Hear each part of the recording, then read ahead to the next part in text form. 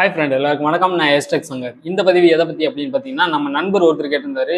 ஒருத்தர் இல்லை, நிறைய நண்பர்கள் கேட்டிருந்தாங்க. என்ன கேட்டிருந்தாங்க அப்படின்னு பார்த்தீங்கன்னா, ப்ரோ ஆம்ப் பண்ணுறதை வந்து நீங்கள் நேராக வீடியோவில் எக்ஸ்பிளைன் பண்ணுங்க. அதாவது நீங்கள் ஆம்ப் பண்ணுறத ஒன்று என்ன செய்கிறீங்க, எப்படி செய்கிறீங்க அப்படிங்கிறத கொஞ்சம் எக்ஸ்பிளைன் பண்ணால் எங்களுக்கும் ஒரு ஹெல்ப்ஃபுல்லாக இருக்கும் அப்படின்ட்டு ஒரு சில நண்பர்கள் சொல்லியிருந்தாங்க. அதுக்கு என்னங்க இப்போ ஃபஸ்ட்டு பார்ட்டாக ஒரு ஆம்ப் 750 ஒன்று ரெடி பண்ணிட்டு இருக்கேன். அந்த ஆம்போட எப்படி ரெடி பண்ணிட்டு இருக்கேங்கிறத ஸ்டெப்ஸாக சொல்லியிருக்கேன்.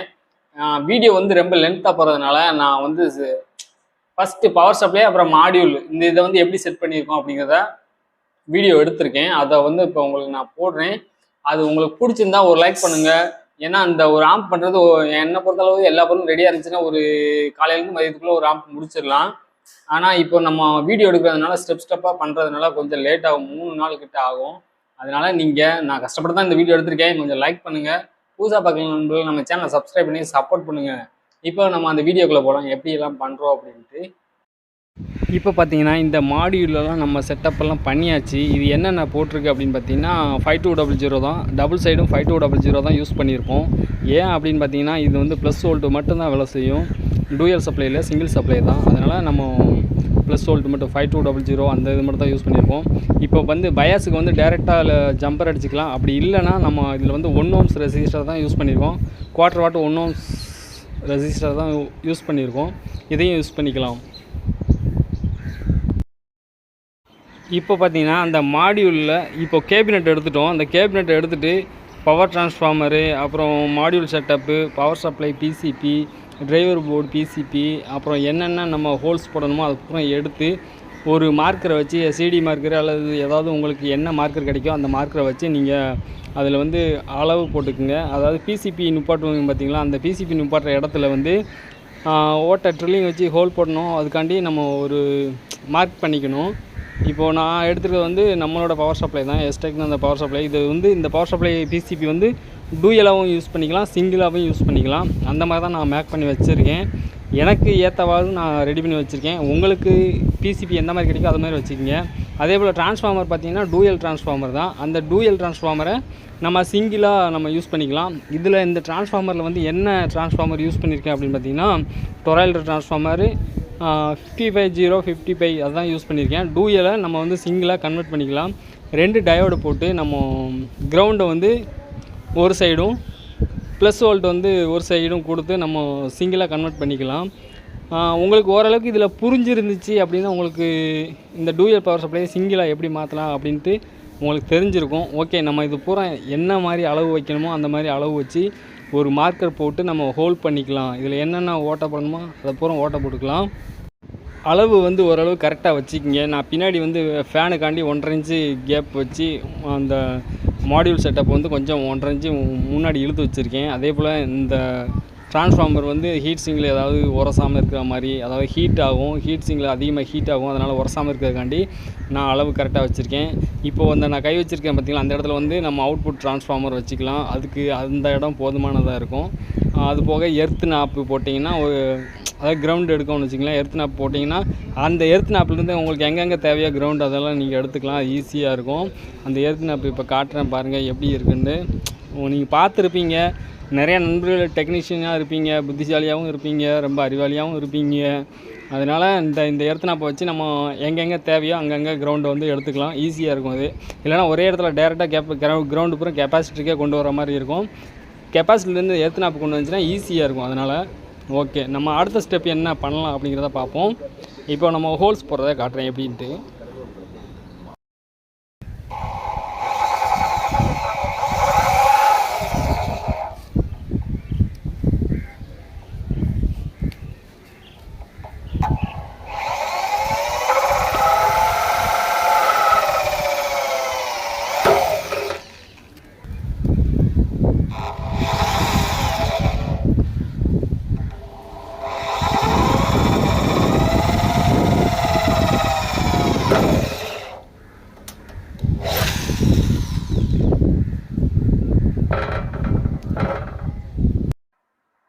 ஓகே ஃப்ரெண்டு, இப்போ பார்த்தீங்கன்னா நம்ம கேபினெட்டில் பார்த்தீங்கன்னா ஹோல்ஸ் போட்டோம் பார்த்தீங்களா, அந்த ஹோல்ஸில் பூரா நம்ம ஸ்டெட்டை மாட்டியாச்சு. அதாவது பிசிபியை நுப்பாட்டுறதுக்காண்டி ஸ்டெட்டை மாட்டியாச்சு.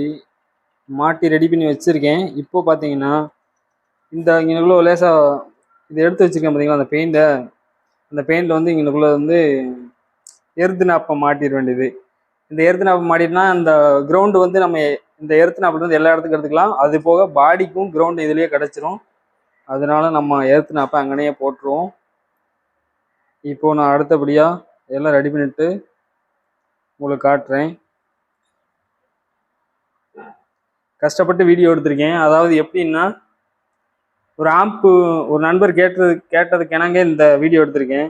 ஆம்பு பண்ணுறது எவ்வளோ இந்த வீடியோ எடுத்துகிட்டே எவ்வளோ சிரமம் அப்படிங்கிறது உங்களுக்கு தெரியும். அதனால் மறக்காமல் நம்ம சேனலை லைக் பண்ணுங்கள். புதுசாக பார்க்குற நண்பர்கள் நம்ம சேனலை சப்ஸ்கிரைப் பண்ணி சப்போர்ட் பண்ணுங்கள். அடுத்தடுத்த வீடியோக்கள் நான் தெளிவாக போடுறேன் பாருங்கள். ஓகே, நான் இதை மாட்டிட்டு உங்களுக்கு காட்டுறேன். ஓகே ஃப்ரெண்ட், இப்போது இந்த கெப்பாசிட்டர் வந்து இதில் போட்டுருவோம். இது வந்து பார்த்தீங்கன்னா சிங்கிள் சப்ளைக்கும் யூஸ் பண்ணிக்கலாம், டூயல் சப்ளைக்கும் யூஸ் பண்ணிக்கலாம்.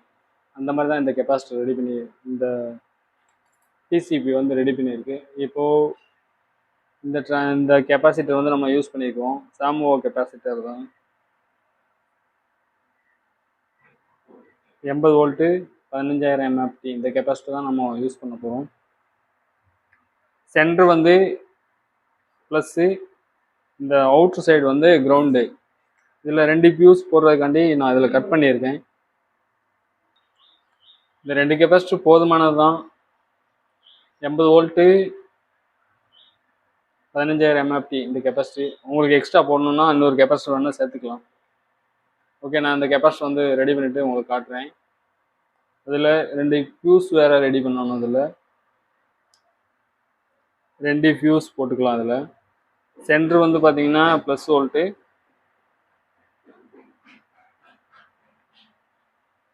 இதுக்கு ஒரு ஃபியூஸு, அப்புறம் இதுக்கு ஒன்று,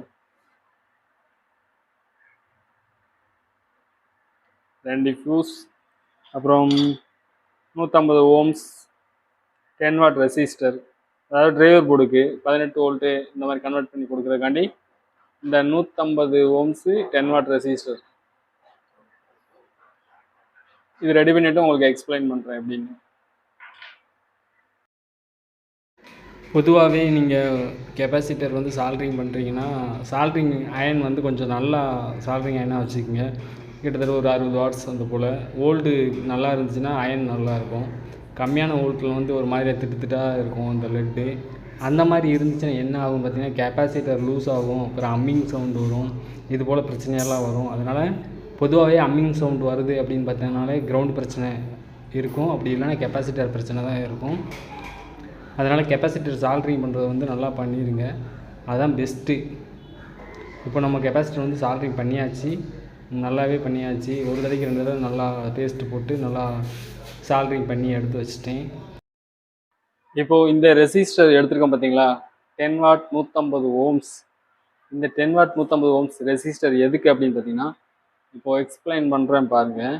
இதில் ப்ளஸ் வோல்ட்டு, இதில் ஒரு 45 வோல்ட்டு இது போல் வரும். நம்ம யூஸ் பண்ணிக்கிற டிரான்ஸ்ஃபார்மர் வந்து 40 வோல்ட்டு 38 வோல்ட்டு யூஸ் பண்ணியிருக்கோம்.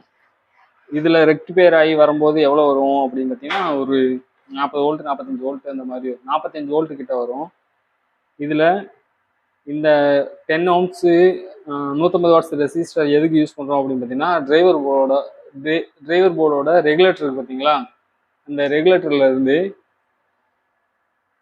ஆடியோ செக்ஷனுக்கு போகும். ஆடியோ செக்ஷனு அப்புறம் பயாசிங் வோல்ட் அந்த டிரான்சிஸ்டருக்கு பார்த்தீங்களா, அதுக்கு டிரைவர் காயிலுக்கு வோல்ட் கம்மியாக குறைச்சி கொடுக்கணும் அப்படிங்கிறதுக்காண்டி இந்த ரெசிஸ்டர் யூஸ் பண்ணி நம்ம வந்து வோல்ட்டு குறைச்சி கொடுத்துக்கலாம். அதோட இந்த டிரைவரில் இந்த 150 ohms ரெசிஸ்டர் இருக்குது பார்த்தீங்களா, இதுலேருந்து வோல்ட்டு ட்ராப் ஆகி கிட்டத்தட்ட ஒரு 20 வோல்ட்டு இது போல் தான் போகும். இந்த வோல்ட்டை ஸ்டோர் பண்ணி டிரைவர் போர்டுக்கு அனுப்புறதுக்காண்டி இதில் ஒரு கெப்பாசிட்டர் யூஸ் பண்ணுறோம். 60 volt 1000 mAh 50 volt 1000 mAh use பண்ணுறோம்.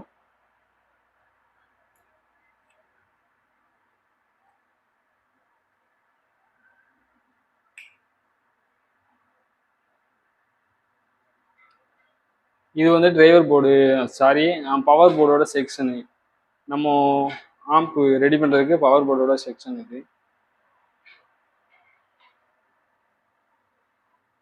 இப்போ பவர் சப்ளை போர்டு வந்து ரெடி ஆயிட்டு,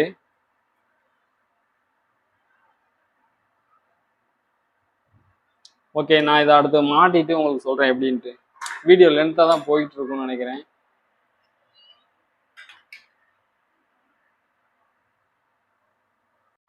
இப்போ இந்த ரெசிஸ்டர் எடுத்திருக்கோம் பார்த்தீங்களா, 10 வாட் 150 ஓம்ஸ். இந்த 10 வாட் 150 ஓம்ஸ் ரெசிஸ்டர் எதுக்கு அப்படின்னு பார்த்தீங்கன்னா, இப்போ எக்ஸ்பிளைன் பண்ணுறேன் பாருங்க. இதில் ப்ளஸ் வோல்ட்டு, இதில் ஒரு 45 வோல்ட்டு இது போல் வரும். நம்ம யூஸ் பண்ணிக்கிற டிரான்ஸ்ஃபார்மர் வந்து 40 வோல்ட் 38 வோல்ட்டு யூஸ் பண்ணியிருக்கோம். இதில் ரெக்டிஃபையர் ஆகி வரும்போது எவ்வளோ வரும் அப்படின்னு பார்த்தீங்கன்னா, ஒரு 40 வோல்ட் 45 வோல்ட் அந்த மாதிரி 45 வோல்ட்டு கிட்ட வரும். இதில் இந்த 10 ஓம்ஸு 150 வாட்ஸ் ரெசிஸ்டர் எதுக்கு யூஸ் பண்ணுறோம் அப்படின்னு பார்த்தீங்கன்னா, டிரைவர் போர்டோட ரெகுலேட்டர் இருக்கு பார்த்தீங்களா, அந்த ரெகுலேட்டரில் இருந்து ஆடியோ செக்ஷனுக்கு போகும். ஆடியோ செக்ஷனு அப்புறம் பயாசிங் வோல்ட் அந்த டிரான்சிஸ்டருக்கு பார்த்தீங்களா, அதுக்கு டிரைவர் காயிலுக்கு வோல்ட் கம்மியாக குறைச்சி கொடுக்கணும் அப்படிங்கிறதுக்காண்டி இந்த ரெசிஸ்டர் யூஸ் பண்ணி நம்ம வந்து வோல்ட்டு குறைச்சி கொடுத்துக்கலாம்.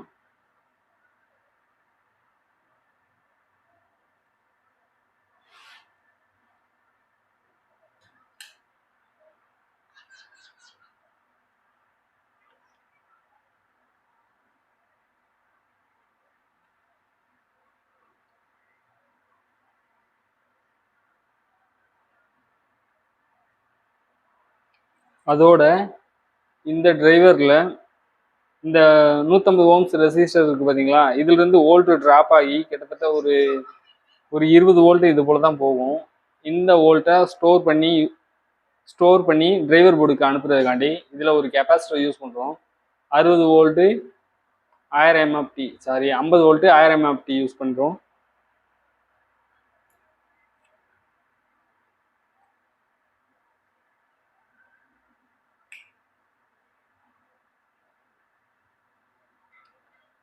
இது வந்து டிரைவர் போர்டு பவர் போர்டோட செக்ஷனு. நம்ம ஆம்ப் ரெடி பண்ணுறதுக்கு பவர் போர்டோட செக்ஷன் இது. இதை ஒரு சில டெக்னீஷியன்கள் வந்து சொல்ல மாட்டானுங்க. என்னமோ பெரிய இராணுவ ரகசியம் மாதிரி இதை நம்ம சொல்லவே மாட்டாங்க. கேட்டோன்னா அது அப்படி இல்லை இப்படின்னு சொல்லுவாங்க. அதான் சொல்கிறேன், நீங்கள் ஒரு ஆம்ப் ரெடி பண்ணுறதுக்கு முன்னாடி அதை பற்றின அந்த ஒரு பொருளோட புரிதல் வந்து உங்களுக்கு தெரிஞ்சுக்கிட்டா நல்லா இருக்கும். ஒவ்வொரு பொருளும் என்ன வேலை செய்யுது, அதோட வேலை என்ன அப்படிங்கிறத நீங்கள் தெரிஞ்சுக்கிட்டீங்கன்னா உங்களுக்கு ரொம்பவே ஈஸியாக இருக்கும். நானும் ஒரு சில டெக்னீஷியன்கிட்ட கேட்டிருக்கேன் ஆரம்ப காலகட்டத்தில்.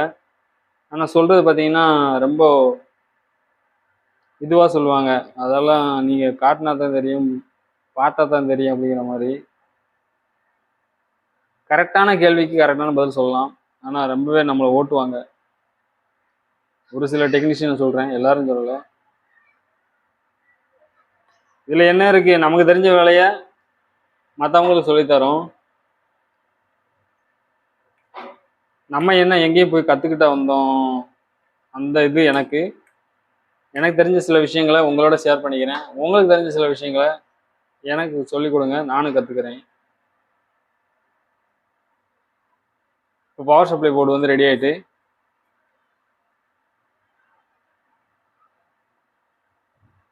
ஓகே நான் இதை அடுத்து மாட்டிட்டு உங்களுக்கு சொல்கிறேன் எப்படின்ட்டு. வீடியோ லென்த்தாக தான் போயிட்டு இருக்கும்னு நினைக்கிறேன்.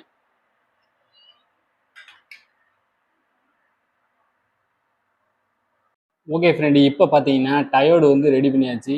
நான் இதில் வந்து ஒரு பிசிபியில் டயோடு மாட்டியிருக்கேன். ஹீட் சிங்கில் இருந்துச்சுன்னா ஹீட் சிங்கில் மாட்டலாம். நான் வந்து என்கிட்ட பிசிபி தான் இருந்துச்சு, ஹீட் சிங் இல்லை, முடிஞ்சு போச்சு. அவசியம் இல்லை ஹீட் சிங், ஏதாவது நீங்கள் பிளேட்டில் கூட மாட்டி வச்சு போடலாம். அதே போல் சென்ட்ரல் வந்து நான் ஒரு ஸ்க்ரூ பார்த்தீங்கன்னா 1 இன்ச் ஸ்க்ரூ போட்டேன், 3/4 இன்ச் ஸ்க்ரூ போட்டாலே சரியாக இருக்கும். இந்த டயோடு வந்து பார்த்தீங்கன்னா 50 ஆம்பியர் வர தாங்கும் அப்படிங்கிறதுனால 50 போட்டிருக்கோம். 50 2 டயோடு போட்டிருக்கேன், ஒன்றே போட்டு யூஸ் பண்ணலாம். ஆனால் ஒரு சில டெக்னீஷியன் வந்து இதுதான் பிரச்சனை அப்படிங்கிற மாதிரி சொல்கிறேன். அதனால் இந்த டயோடு போட்டு வச்சுருக்கேன், 2 போட்டு வச்சுருக்கேன். இதை வயரு சால்ட்ரிங் பண்ணிவிட்டு உங்களுக்கு காட்டுறேன் எப்படி இருக்குது அப்படின்ட்டு. ரொம்ப நேரம் ஆயிட்டு. இந்த 2 இது எடுத்து உங்களுக்கு வீடியோ எடுத்து பண்ணுறதுக்கே ரொம்ப நேரம் ஆயிட்டு. ஓரளவுக்கு நான் வயரு சால்ட்ரிங் பண்ணிவிட்டு எல்லாமே பண்ணிவிட்டு நான் உங்களுக்கு அடுத்தபடியாக எப்படி பண்ணணும் அப்படிங்கிறத சொல்கிறேன். இல்லை ஒரேடியாக இந்த மாடியூலெலாம் மாட்டிட்டு உங்களுக்கு எக்ஸ்பிளைன் பண்ணுறேன் எப்படி அப்படின்ட்டு. இப்போது இந்த டயோடு ஒன்று செட் பண்ணியாச்சு, 2 டயோடு ரெடி பண்ணியாச்சு. அதே போல் பவர் சப்ளைக்கும் கெப்பாசிட்டர் மாட்டியாச்சு, ஃபியூஸ் மாட்டியாச்சு. அதுக்கடுத்து 10 ohms 150 ohm 10 watt 150 ohms resistor வயரோட ரெசிஸ்டர் மாட்டியாச்சு, கெப்பாசிட்டர் மாட்டியாச்சு. அந்த கெப்பாசிட்டர்லேருந்து ஒரு ப்ளஸ் ஒரு மைனஸ் எடுத்து அந்த 2 வயர் பார்த்தீங்கன்னா டிரைவர் போர்டுக்கு ரெகுலேட்டருக்கு பார்த்தீங்கன்னா அந்த ரெகுலேட்டருக்கு ப்ளஸ் மைனஸாக போயிடும். அதே போல் இந்த எல்லோ கலர் வயர் பார்த்தீங்கன்னா கிரவுண்டு டேரெக்டாக கிரவுண்டு போயிடும் பார்த்தீங்களா. அந்த கிரவுண்ட் வந்து நம்ம அவுட்புட் டிரான்ஸ்ஃபார்மருக்கு கிரவுண்டாக போயிடும். அதில் 2 ரெட் கலர் வயர் இருக்குது பார்த்தீங்களா. இந்த ரெட் கலர் வயர் வந்து இந்த மாடியூலுக்கு போயிடும். அதாவது இந்த மாடியூலுக்கு ப்ளஸ்ஸு 2 பக்கமும் ப்ளஸ்ஸு. அதே ஒரே வயரை கொடுத்தோம்னா ஒரு ஆம்பியர் உங்களுக்கு கம்மியாக இருக்கும் அப்படிங்கிற மாதிரி ஒரு ஃபீல் இருக்கும். அதனால இப்போ 2 வயர் எடுத்து வச்சுருக்கோம். அதாவது ஃபியூஸ்லேருந்து 2 வயர் எடுத்து வச்சுருக்கோம். இதில் உதாரணத்துக்கு சொல்கிறேன் பாருங்கள். இப்போ 3 ஃபியூஸ் இருக்குது பார்த்தீங்களா.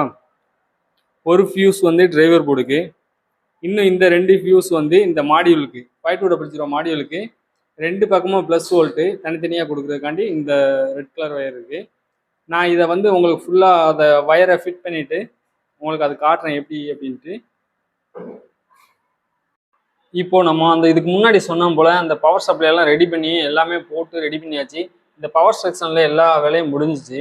அப்படியேவும் கிரவுண்டையும் கொண்டு போய் அந்த கிரவுண்டில் அடித்தாச்சு. அது மட்டும் இல்லை இந்த 2 வயரு ப்ளஸ் வயரும் 2 எடுத்து வந்து மாடியூலில் வந்து செட் பண்ணியாச்சு. நீங்கள் கேட்கலாம் ஏன் மாடியூலில் ஃபஸ்ட்டு ஸ்டார்டிங்லேயே போடலாமே, ஏன் சென்டரில் போடுறீங்க அப்படின்ட்டு. ஃபஸ்ட்டு ஸ்டார்டிங்கில் நம்ம போடுறதுனால என்ன பிரச்சனை வரும் அப்படின்னு பார்த்தீங்கன்னா, ஃபஸ்ட்டு ஸ்டார்டிங்கில் ப்ளஸ்ஸை கொண்டு வந்து கொடுக்குறதுனால எடுத்தோன்னு ஆம்பியர் வந்து அதிகமாக இதில் தான் போகும். ஸ்டார்டிங்கில் இதில் வந்து நம்ம அலுமினியம், அதாவது என்ன சொல்கிறது, இந்த பேஸ்ட்டு லெட் இருக்குது பார்த்தீங்களா, லெட்டை வந்து உருக்கி விட்டுருக்கேன். லெட்டை உருக்கி விடுறதுனால இதில் கொடுத்தா ஒன்றும் செய்யாது. ஒருவேளை நீங்கள் அப்படி லெட் இல்லாமல் ஏதாவது கம்பி போட்டு நீங்கள் அந்த ட்ராக்கில் ஃபுல் பண்ணாமல் அப்படியே போட்டிருந்தீங்கன்னா என்ன ஆகுன்னு பார்த்தீங்கன்னா, அடிக்கடி இந்த ஃபஸ்ட்டு டிரான்சிஸ்டர் வந்து கம்ப்ளைண்ட் ஆக வாய்ப்பு இருக்குது. இது வந்து நான் சும்மா சொல்லலை, என்னோட அனுபவத்தில் நான் சொல்கிறேன். நான் இது போல் பண்ணி எனக்கு இது போல் அடிக்கடி டிரான்சிஸ்டர் கம்ப்ளைண்ட் வந்திருக்கு. அதனால் நான் சொல்கிறேன், இதை கொண்டு போய் நீங்கள் சென்டரில் கொடுத்துட்டீங்கன்னா ஆம்பியர் உங்களுக்கு 2 பக்கமும் பிரிஞ்சு போயிடும். அதாவது லோடு வந்து 2 பக்கமும் பிரிஞ்சு இருக்கும். அதனால் நான் சென்டராக கொடுத்துருக்கேன். எனக்கு நடந்தது, உண்மையாகவே நடந்தது, அதை நான் உங்கள்கிட்ட சொல்லியிருக்கேன். மற்றபடி உங்கள்கிட்ட சும்மா சொல்லணும் அப்படிங்கிறதுன்னு சொல்லலை. ஓகே, நான் இப்போ வந்து இது வரைக்கும் மட்டும் போட்டிருக்கேன்.